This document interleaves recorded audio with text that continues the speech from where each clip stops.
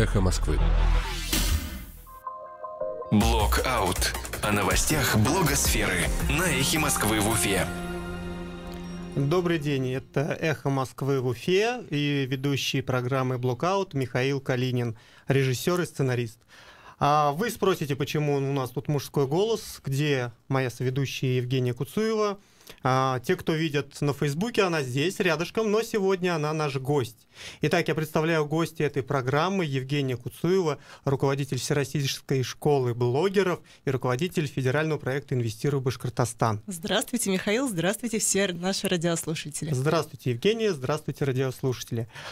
Евгения, вот какая причина, почему мы вас позвали. Вы сделали удивительное событие на этой неделе. Вы опубликовали пост, два поста уже на сегодняшний момент, который по совокупности собрал 300 лайков и где-то точнее 400, более 300 комментариев, 400 там, получается, с чем-то в совокупности, да, там порядка 50 комментариев, да, есть такое. О чем это было, Евгения, что произошло? Дело в том, что первый пост назывался «История современного Башкортостана». «История современного Башкортостана», эпизод 1. «Надежда на светлое будущее и банка с пауками». Именно этот пост стал таким обсуждаемым, ожидаемо обсуждаемым, потому что тот уровень фактов, откровенности и прямоты, который был в этом посте, но я, честно говоря, редко и в других публикациях такое вижу. А второй пост, который акт, эпизод 2 акт, то он тоже сейчас собирает, и я хочу отметить такую тенденцию, что очень много пишут в личных сообщениях. А сколько личных сообщений было? Если суммировать личные сообщения, там порядка 50-60 сообщений было, если суммировать все вот эти посты. Давайте я для тех, кто не читает Евгению Куцуеву, а кто не читает, я рекомендую сегодня же зайти в Facebook, почитать Евгению Куцуеву. Вот эти два поста вы посвятили ни много ни мало текущим событиям, недавним абсолютно событиям, приходу Радия Хабирова с командой в республику и, соответственно, собственные перипетии, которые с вами случились в этот период. Вот, собственный вопрос. С чего вы решили вдруг, что это будет интересно читателям? Как вы узнали, что это будет интересно читателям? Потому что мы поняли, что это интересно. Мне очень хотелось рассказать историю проекта, федерального проекта, куратором которого являюсь, «Инвестируй в Башкортостан», как это создавалось, на волне каких эмоций, на волне каких ожиданий, что хотелось сделать в тот самый момент обновления в октябре 11 октября прошлого года, почему было принято решение создания здесь представительства федерального медиахолдинга региона России, и передать, знаете, вот эту вот волну воодушевления и проанализировать спустя вот уже полгода, как развивались те самые тенденции, которые тогда только обозначались. Евгения, вот там же не только о тенденциях, да, если бы это были просто ваши записки и наблюдения, как у Тургенева, возможно, мы бы так не переживали.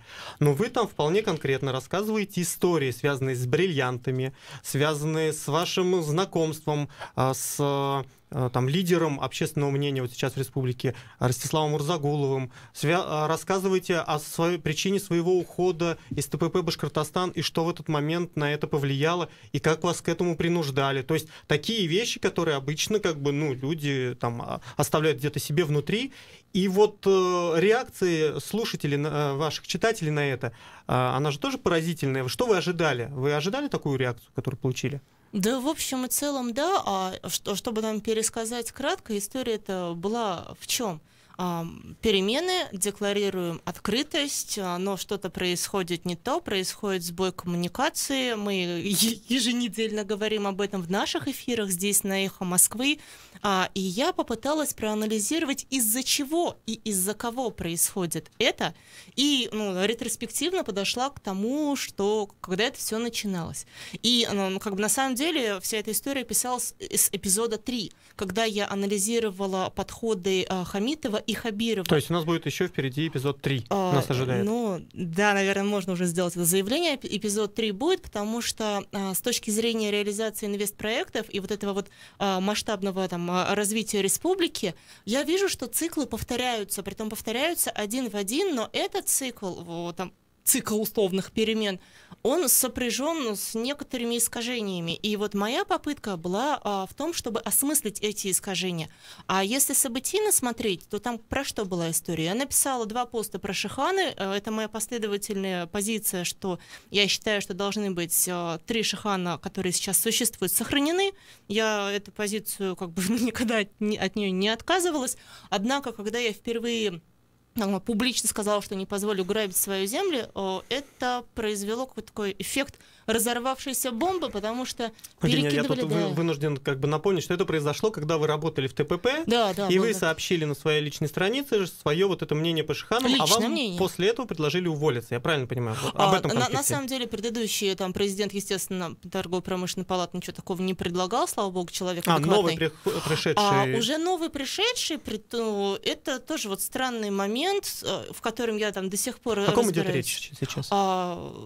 Это новый президент торгово-промышленной палаты Тимур Хакимов. И он предложил вам написать заявление по собственному желанию, потому что ваше мнение не соотносится с мнением ТПП. При том, что у меня был уже годовой контракт, и по статусу, который он тогда занимал, исполняющей обязанности, он этот годовой контракт не мог разорвать. И единственным путем было там принуждение к добровольному написанию заявления. Но он забыл один момент.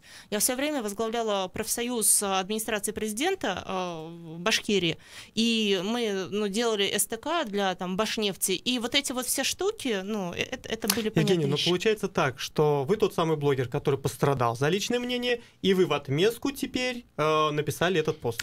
А я знаете, про что хотела, вот каким образом? Я увидела, что вдруг очень много людей замолчали. Очень много людей замолчали, те, которые раньше писали. И замолчали из позиции, как бы чего не вышло, и как бы не произошло репрессивных мер. А вообще при смене власти вы имеете в виду? У нас сменилось вот сейчас, информационное поле. Да, когда вот это произошло, то есть октябрь у нас ожидание, ноябрь у нас ожидание, декабрь у нас подтверждение ожиданий, январь вроде что-то должно произойти, не происходит, февраль вы молчите, потому что еще до результатов нет, а если вы не молчите, мы вас забаним. Вот, и вот эта тенденция, чем хороший этот пост, такого повествования, тем, что я через личную историю показываю, через историю маленького человека в этой системе, показываю общие тенденции, которые происходят. И я вижу, что эти тенденции в отдаленной перспективе не смогут нам помочь реализовать все наши большие глобальные задумки. Спасибо вам большое. Вы ставите интересный вопрос. Еще раз напомню всем, кто не читал посты Евгении Куцуевой в Фейсбуке. Первый эпизод посвящен истории современной Башкортостане, и надежды на светлое будущее, а второй пост посвящен всего лишь 2 буквам, которые различают фамилии Хамитов и это будет Хабиров. 3, а это называется акт. Там акт, 3 а этот называется акт, а будет букв. еще 3. Меняем тему и расскажем как раз о том, кто не замолчал в этот период. И кто же не замолчал в этот период? У нас на этой неделе был замечательный кейс, который общественность вроде бы пропустила, по большому счету, но мы заметили, мы читатели Фейсбука, которые ведут программу Blockout, которые понимают, что такие вещи хотелось бы обсудить. Случилось все достаточно так прозаично. Руководитель торгового центра одного решил прорекламировать свое мероприятие. Альбина Кунафина. Альбина Кунафина, да, мы называем руководителя. Вот мы сейчас с ней свяжемся. В чем была история? Значит, если кратко, она пиарит свое мероприятие на своей страничке и отмечает 50 друзей, которые у нее записаны как друзья в Фейсбуке. Там же есть такая функция. Ну да. Значит, можно, наверное, и пользоваться. Считает Альбина и отмечает. В числе прочих ее друзей оказался известный блогер Раис Габитов, который ей там же и написал: знаете, Альбина, это неэтично отмечать, и вообще я не ваша целевая аудитория, и я не приду. Альбина отшутилась, не придала этому значения. Однако Раис не успокоился, он сделал свой личный пост, и вот сейчас у нас на связи Альбина. Здравствуйте, Альбина. Да, здравствуйте. Здравствуйте, Альбин. Скажите, вы были в курсе, что Раис Габитов дальше перепостил ваше предложение себе на страничку с комментариями о том, что вот посмотрите, какие отсталые люди, как они продолжают отмечать, не делайте так. Вы видели этот пост? Нет. Вот смотрите, сейчас такой комментарий у него на страничке есть, и там есть Под ним еще множество комментариев, там порядка 68 комментариев. Напомню, ваш пост собрал об этом мероприятии 12 лайков и 9 комментариев, а пост Раисы Габитова... О том, что так не надо делать, отмечать других людей в твоем посте. Да, 34 лайка и 68 комментариев.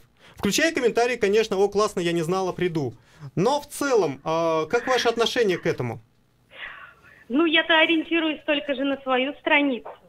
То есть я выложила информацию, да, я, ну, скажем так, не в первый раз это делаю, потому что, на самом деле, все анонсы, которые есть в торговом центре, я их выкладываю на своей странице в поддержку торгового центра и, в первую очередь, арендаторов. А вы знали... Но о том, что в переписке просто мы с Раисом там буквально 2 строчками, как говорится, переписались, и на этом все. То есть для меня эта история как бы закрыта. Потому что я вижу, что он мне написал там, что моветон, я ему ответила, и он мне даже лайкнул мой комментарий по поводу того, что, ну, зато все узнали и увидели, заметили, да, и все. То есть у меня дальше продолжения-то нет. Альбина, а что там еще какая-то дальше история, да? Скажите, да, вот в целом, вот когда вы отмечали 50 друзей своих, вы знали, что так нельзя делать, что есть какие-то этические правила поведения в Фейсбуке? Негласные правила поведения в соцсетях. У вас есть СММщик вообще в штате? Ну, у нас есть, конечно, маркетолог в штате, да, но по поводу можно или нельзя, ну, мое мнение, да? Конечно. То есть, смотрите, когда я что-то выкладываю, да, то есть я в первую очередь делюсь со всеми своими арендаторами, чтобы они были в курсе, делюсь со своими знакомыми, друзьями, потому что интернет – это, по сути, открытая площадка, где каждый делится той или иной информацией, кто чем увлечен, кому что там интересно и так далее. Вот, поэтому я в этом абсолютно ничего плохого не вижу. То есть мы это делаем на продолжении, скажем так, 4 лет. И каждый раз вы отмечаете это своих друзей. Раз. Да, да. И а как в этот раз, извините, Альбина, так хочу поторопить вас, а как в этот раз оказалось, что среди ваших друзей оказался Раис Габитов? Я так понимаю, вы первый раз решили его пригласить таким образом? Я не могу точно утверждать, в первый ли это раз, но по сути там есть, получается, когда мы кого-то отмечаем, есть список, да, и я как-то каким-то образом всегда отмечаю тех, кто так или иначе как-то связан, скажем так. Я говорю, это тот список, который выдает вам Facebook, или тот список, который да, вы знаете? Который выдает Facebook. А вы знали, что Раис Габитов известный блогер при этом, когда отмечали его?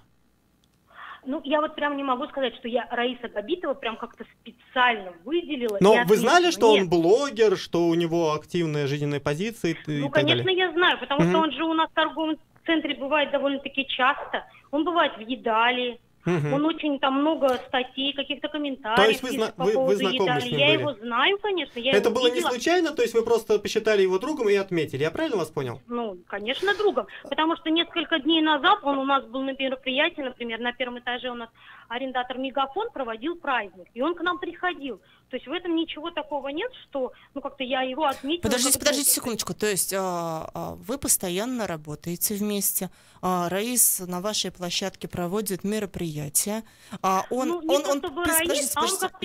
поняла. Альбин, у нас просто время эфира ограничено. Если я правильно поняла, вы были знакомы, сообщений в личку о том, что делать так, ну, не надо, вы не получали. Вы, я так понимаю, вообще об этом посте ничего не знаете. Я хочу сейчас послушать Раису Габитова, мы сейчас позвоним и узнаем, почему он считает, что вот такая коммуникация идет во вред бренду или там человеку. Послушайте, пожалуйста, его ответ. Ну, в личку, во-первых, он мне ничего не написал. Единственное, что он написал, это у меня только на странице. Отлично, Альбина, сейчас мы позвоним Раису. Спасибо большое. Да, а все, что он написал, я же не могу даже это увидеть, понимаете? Спасибо. Евгения, вот пока мы дозваниваемся Раису, у меня вопрос к вам, как руководителю школы блогеров, все же.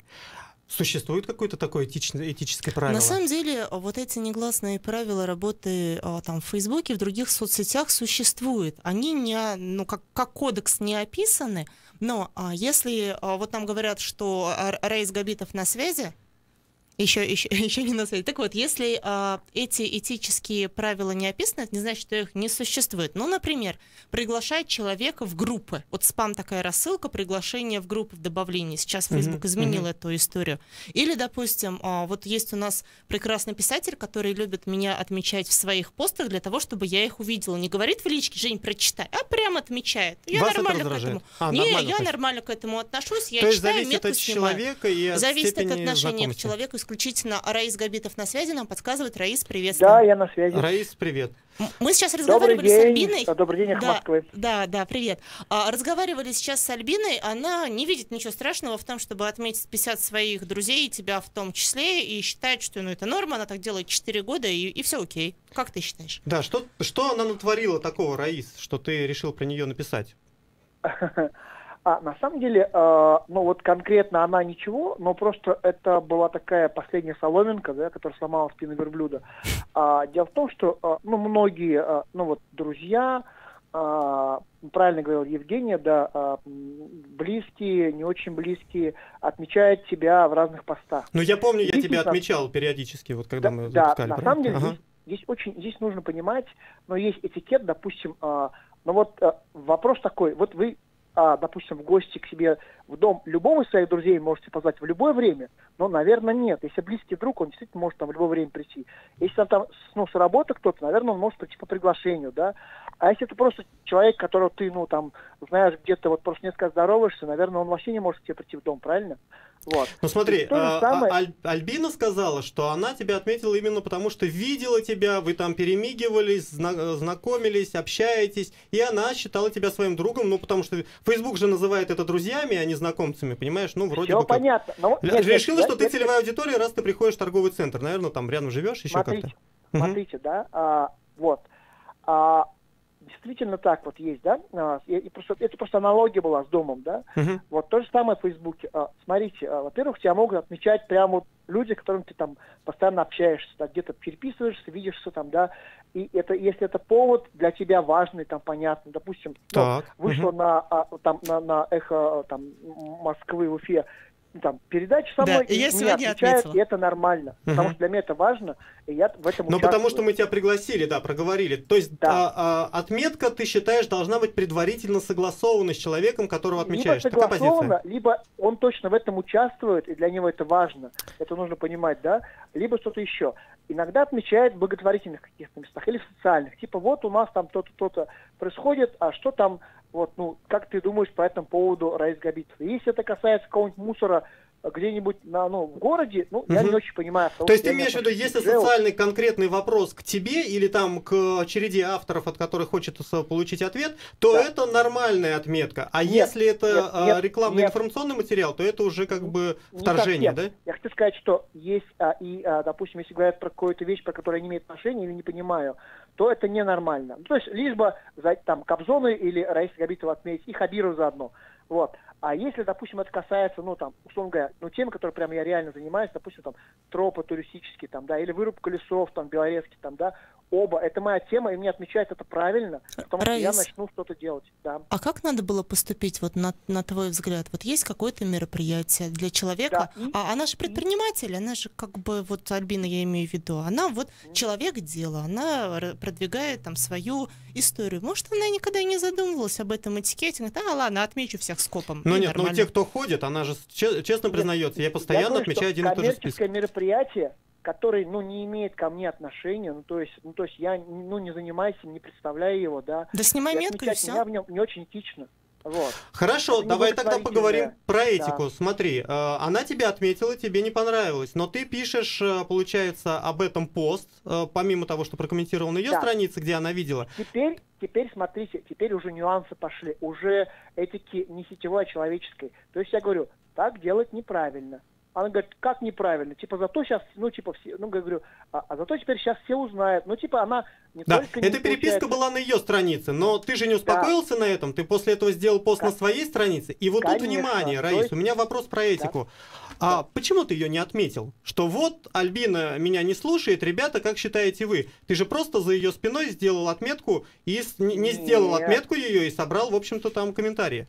А человек даже не в курсе, что ты про нее писал на своей странице. Как не в курсе? Во-первых, ну, во-первых, она на меня подписана, да. Во-вторых, я не отметил по той же самой причине.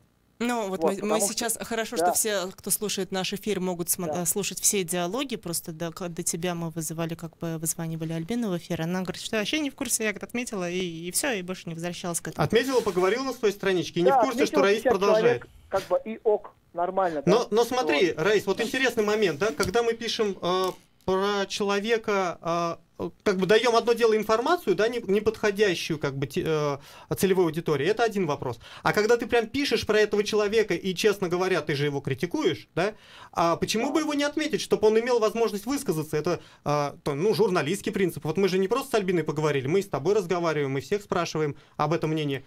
Почему ты этого не сделал? Почему? Я не отметил ее, да. Я не отметил, потому что как раз-таки я ей хотел сказать, что чтобы у нее эта штука на ее странице не появилась. Как она это делает ко мне. То есть показать, что это делать не так, не нужно. Ты считаешь, что это правильно? Конечно, правильно. Но смотри, вот если за моей спиной, за твоей спиной... За какой моей спиной? Это открытый доступ, она у меня в друзьях. За какой спиной? Ну, как открытый доступ? Ты же знаешь, по-разному поскольку выдают. У нас есть еще третья тема, да. Я хочу подвести некоторые резюме для тех читателей и слушателей, которые нас сейчас слушают. Есть некие негласные правила, и есть разные реакции людей на то, как там человек соблюдает или не соблюдает личное сетевое пространство. Мы сейчас об этом. Есть позиция человека, который считает, что можно отмечать всех, кого считает, что... А другой человек считает, что... Вообще не нужно отмечать. Нельзя отмечать, если события не относятся лично к нему. Но... Я хочу рассказать свою историю. Смотри, Раис. Раис, ты слушаешь нас? Ты с нами? Если вот, допустим, есть наш чудесный писатель Айдар Хусаинов. Он все, что напишет, тегает меня там. Я вот какую эмоцию при этом испытываю? На самом деле я испытываю эмоцию благодарности. То есть он написал и подумал обо мне, что ему вот важно мое мнение. Но в то же время, испытывая эмоцию благодарности, я не подтверждаю метку, если это не соотносится как бы с моими историями. То есть я прочитала, метку сняла, если что-то нужно, я пишу в личку. Вот про эту историю. То есть другими словами, можно ли было ограничиться сменой метки? Можно. Так. Да, но смотрите, вот в день таких меток бывает 10 и больше, да, и на прочтение каждой уходит минута, 2, а может быть и 5, да, еще и комментариев.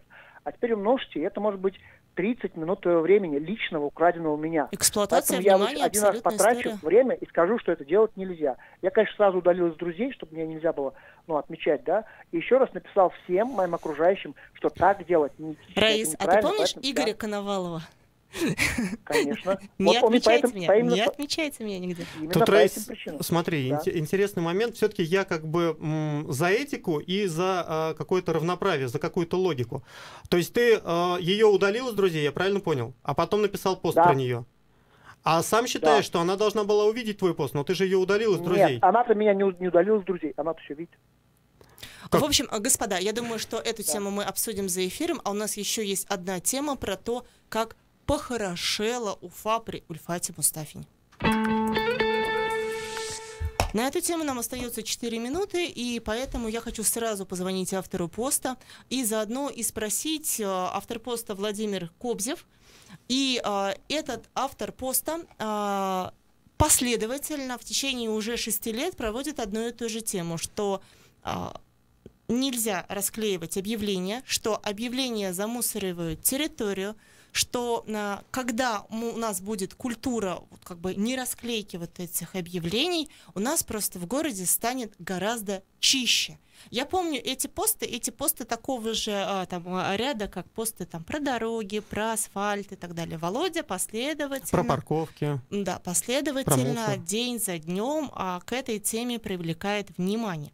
И на прошлой неделе, опять же, Володя выбрал такой формат, что он о своих постах рассказывает и на самом деле записывает видео. Вот Владимир на связи. Володь, приветствую.